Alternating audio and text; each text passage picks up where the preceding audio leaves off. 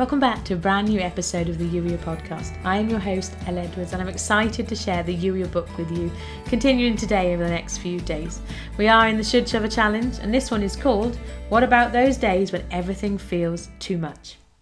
We all have them, we just don't talk about them very much. Those days when all we want to do is sit couched up watching Doctor Who reruns.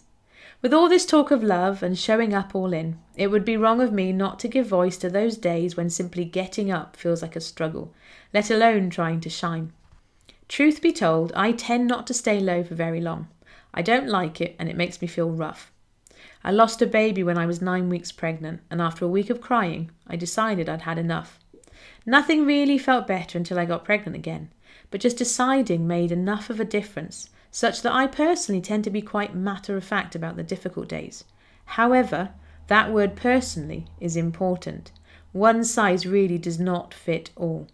The difficult days can look and feel different for each of us, and this is really about being kind to yourself.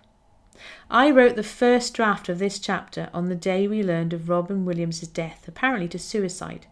Yes, all the way back in August 2014. I really am not kidding when I say God has been working Youier out first in my own life, and yes, it's been quite the journey. I never met Robin Williams. I didn't know him, and still I felt so sad and like cutching up and doing nothing. When I heard his tragic news, I wanted to run away and hide. How is it possible for someone who brings so much joy to the world to be so tormented and desperately unhappy themselves? Having never walked in his shoes, it's hard for me to understand how he was feeling. It reminds me, though, that we can never really know what someone else is dealing with inside. We only ever see what someone wants us to see, and for the vast majority of the population, that won't be much. Social media has made us a generation of sharers, but we share a filtered version of ourselves, and even when we're being honest and open about something, it's a safe or filtered version of the truth.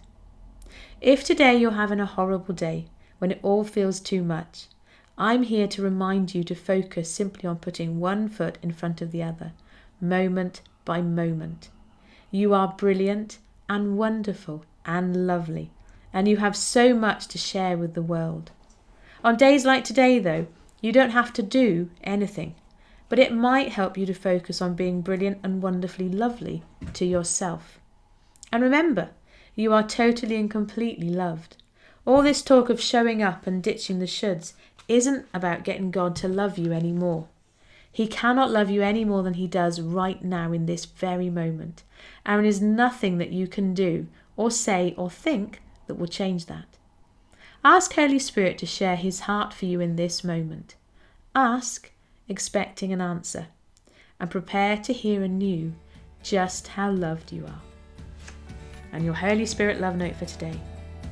I can show you great and wonderful things, but only when you stop fighting against who I made you to be. Papa, Jesus, and Sam.